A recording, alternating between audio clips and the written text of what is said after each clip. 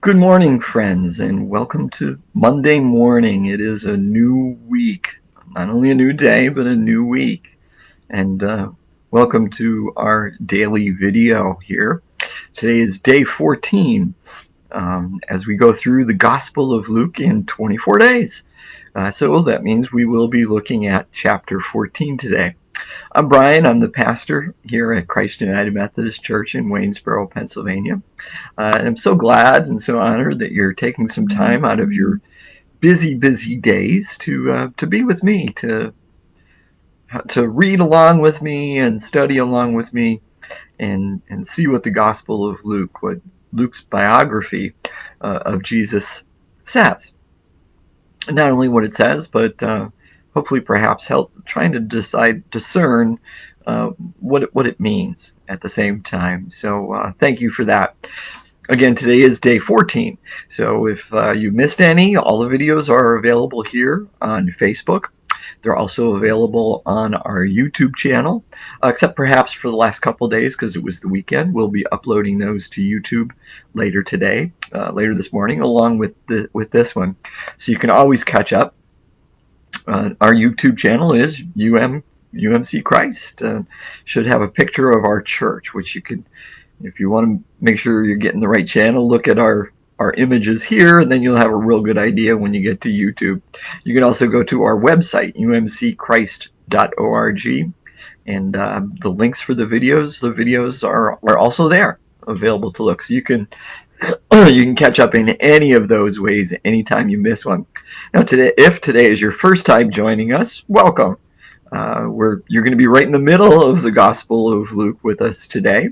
But you can watch these videos anytime. We're doing it now because if you start December 1st, you finish up on Christmas Eve. But you can read the Gospel of Luke anytime you want, that's for sure. And I do encourage you to read, follow along with me. I am going to be using the Common English Bible Translation, the CEB. That's what I have been using throughout these readings, throughout the first 13 chapters, and I will finish this one up with that same translation. Feel free to read whatever one works for you, and notice the differences, because there will be some differences, a word here or there, and a word can make a difference sometimes, that's for sure.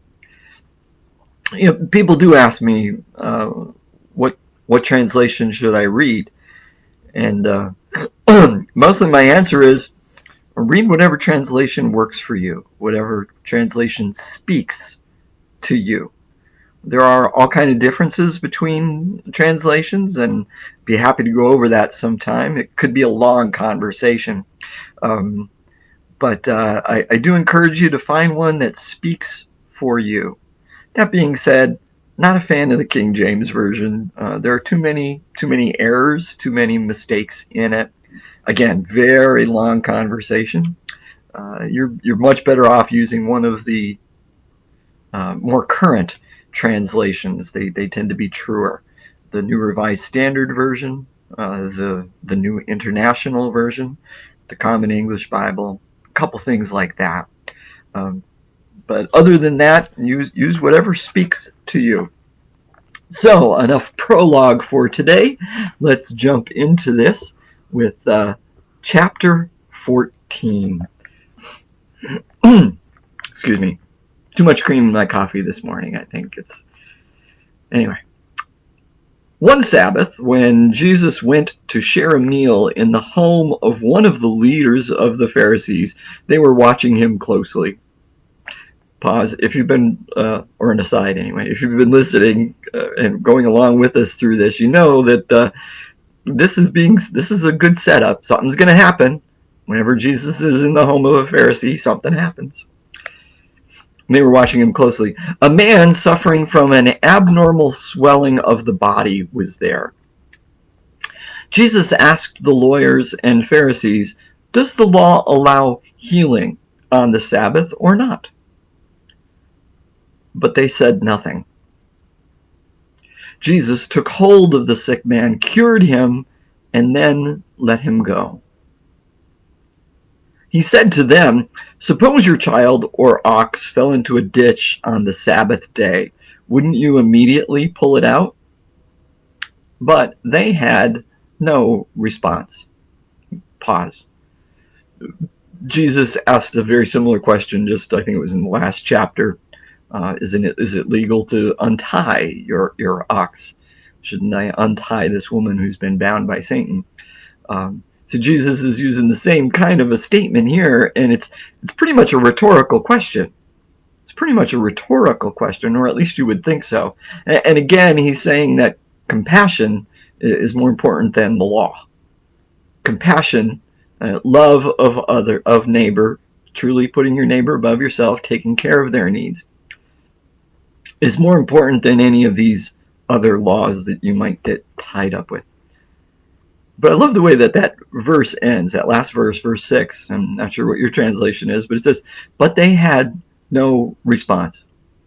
They had no response. Perhaps because they knew that if they said, "No, it's not legal," well, Jesus would have something to say about that, or others who were nearby who weren't these legalistic type individuals would have something to say. But also, if they said, "Oh, yes, of course that's permissible," then Jesus' reply would be, "Then why are you upset with me?" Continuing, when Jesus noticed how the guests sought out the best seats at the table, he told them a parable. When someone invites you to a wedding celebration, don't take your seat in the place of honor. Someone more highly regarded than you could have been invited by your host. Pause. Should say something about wedding feasts, wedding celebrations in the first century. In this context, as a major event in a community. Major event in a community. We still think highly of wedding celebrations, right? We have fun at them. We celebrate with each other and with the bride and groom and their families. But of course, we also limit it to the number of people that can attend. But first century, this is big. This is big news. This is big news. They didn't have a whole lot of other things for as far as celebrations and social gatherings and stuff like that. And a wedding celebration would, in effect, last for a week, in some cases more. So it's a big deal to be invited to a wedding celebration, and that's the setup here. That's part of the setup here. Just the fact that they're invited is pretty great. But don't take your seat in the place of honor. Don't put yourself up on one of the closest tables. We do that, right? The closest members of the family, the closest relatives sit closest to the bride and groom, and the more distant relatives or co-workers and so-so friends are perhaps farther away. I only slightly jest anyway on that. But the same thing would have happened here. You got assigned seats, so to speak, and some of them were trying to get to the top. Jesus says, don't be doing that. Don't be doing that. Because someone more highly regarded than you could have been invited by your host. The host who invited both of you will come and say to you, "Give your seat to this other person." Embarrassed, you will take your seat in the least important place. Instead, when you receive an invitation, go and sit in the least important place. When your host approaches you, he will say, "Friend, move up here to a better seat." Then you will be honored in the presence of all your fellow guests. All who lift themselves up will be brought low, and those who make themselves low will be lifted up. Pause. Jesus is doing two things with this one parable. He is giving a lesson about life in this life, as far as being humble, a sense of humility. Don't think of yourself as greater than you ought. That's a common theme in the Gospels, in Jesus' teachings, as well as in several of the epistles. Okay, don't think of yourself as more important than you ought. And he was facing that with these religious leaders, the Pharisees and lawyers, the legal people. So he's making a very concrete, very, very real, very life teaching about life, about real life. Don't live that way on your regular basis. He's also making a statement about spiritual life. About spiritual life. Don't think of yourself as greater in God's kingdom than you really should. Don't, in particular, since he's talking mostly to the lawyers and the Pharisees, don't think that following all of these strict laws is going to make you greater in the kingdom. Work to become a friend of God. And when God calls you friend, God will lift you up to one of the higher places, so to speak. This is our hierarchical understanding of favor and stuff like that. So if you're supposed to be a friend of God, act and live to become a friend of God, how do you do that? That's the next passage that Jesus hits. He turns his attention and makes a statement about it. Then Jesus said to the person who had invited him, when you host a lunch or dinner, don't invite your friends, your brothers and sisters, your relatives, or rich neighbors. If you do, they will invite you in return, and that will be your reward. Pause. That was the custom of the time, and that's how the rule of hospitality mostly went. You invite me, and then I invite you, and then we're even, and we've done what we needed to do. Jesus says, what's the point? What's the reward? You don't get anything out of it. Continue. Instead, when you give a banquet, invite the poor, crippled, lame, and blind. Pause. In other words, all the lowly, all the ones that you usually ignore. Continuing. And you will be blessed because they can't repay you. Instead, you will be repaid when the just are resurrected. Pause. So don't invite people that can invite you back, because then it's just you're even, and that's not the point. Jesus says you need to invite the people and celebrate the people who cannot return the favor. John Wesley, in speaking about this passage, talks about, well, he talks about money. He said, in other words, he said, why waste all your efforts and all your funds on celebrations for people who don't need them? Why have meals and feasts and banquets for people who don't need them, because they're perfectly capable of feeding themselves? In which case, you've wasted money and effort and work that you could have spent helping those who do need your help, who do need to be fed, who do need to be taken care of. Wow. When one of the dinner guests heard Jesus' remark, he said to Jesus, "Happy are those who will feast in God's kingdom."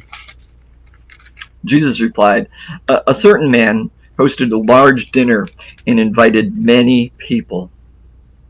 When it was time for the dinner to begin, he sent his servant to tell the invited guests, "Come, the dinner is now ready."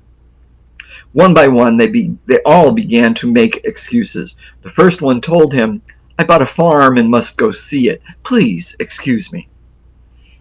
Another said, "I bought 5 team of oxen and I'm going to check on them. Please excuse me."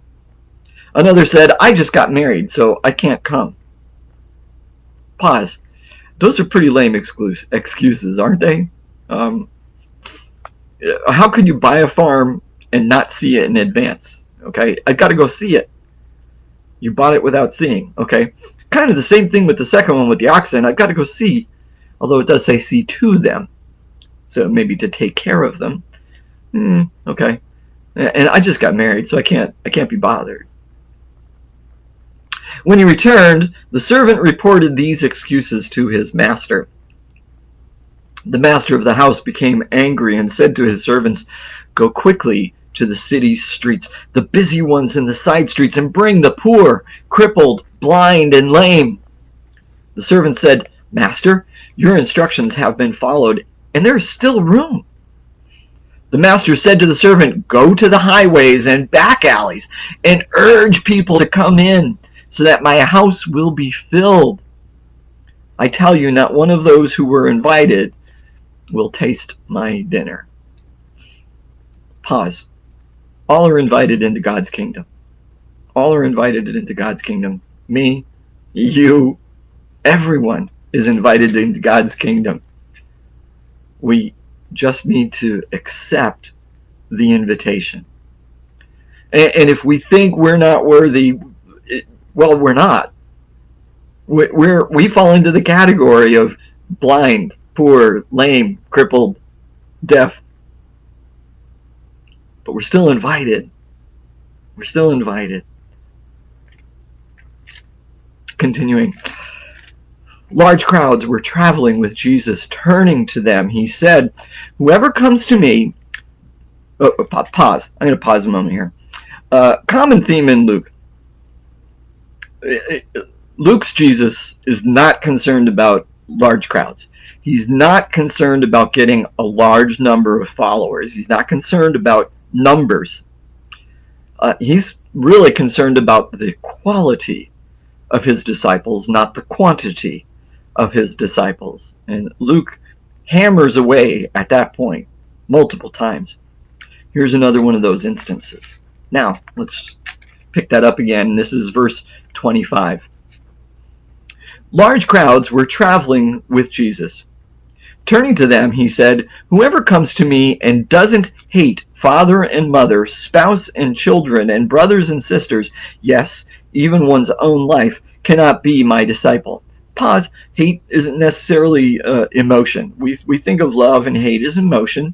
Love is action. It's considering the other person more important, at least as important as you, if not more so. So hate would kind of be the opposite. Hate would be not considering them. Okay? And so Jesus is saying, unless you disregard, disavow, and really don't put much importance on all of these things in people, you cannot be my disciple. It's a matter of what is the most important thing, getting your priorities straight.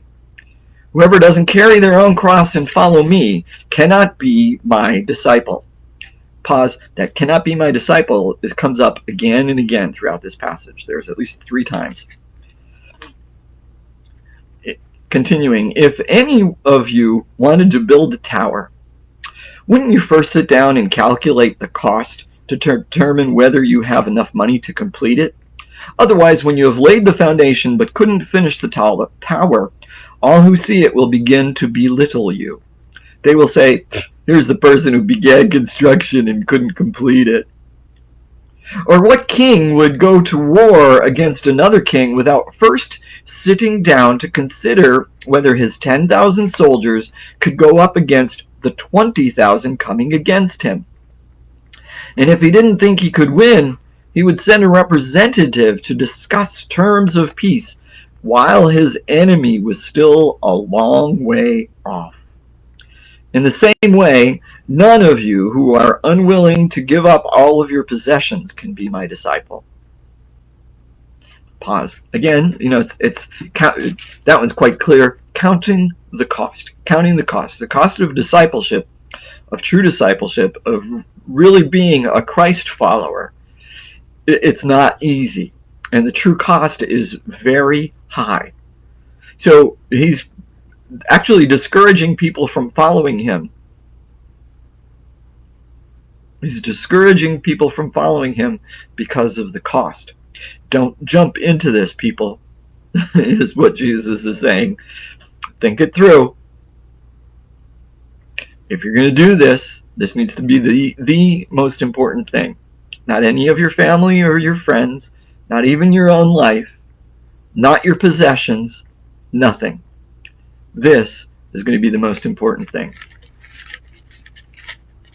Continuing, salt is good, but if salt loses its flavor, how will it become salty again? It has no value, neither for the soil nor for the manure pile. People throw it away. Whoever has ears to hear should pay attention. And that's the end of chapter 14. That last part about salt can be looked at a variety of different ways, but keeping in mind that this is all a passage about discipleship, even though it sounds different than the cost of discipleship part, it's connected to it.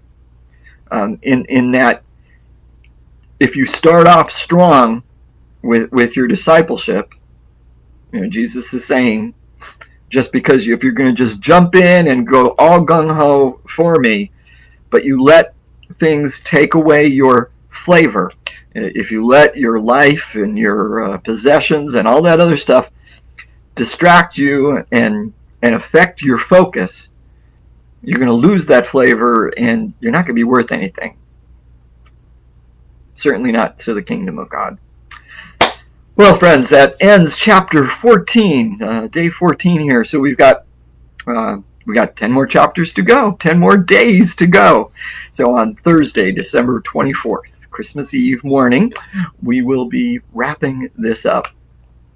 Hey, thank you so much for joining me today. I really appreciate it. And thank you for your kind words, not only today in the messages, but throughout this. I'm glad that you've found this helpful and useful and inspiring and comforting. I see someone saying this morning. And I pray you have a blessed day. Bye. Oh, and see you tomorrow.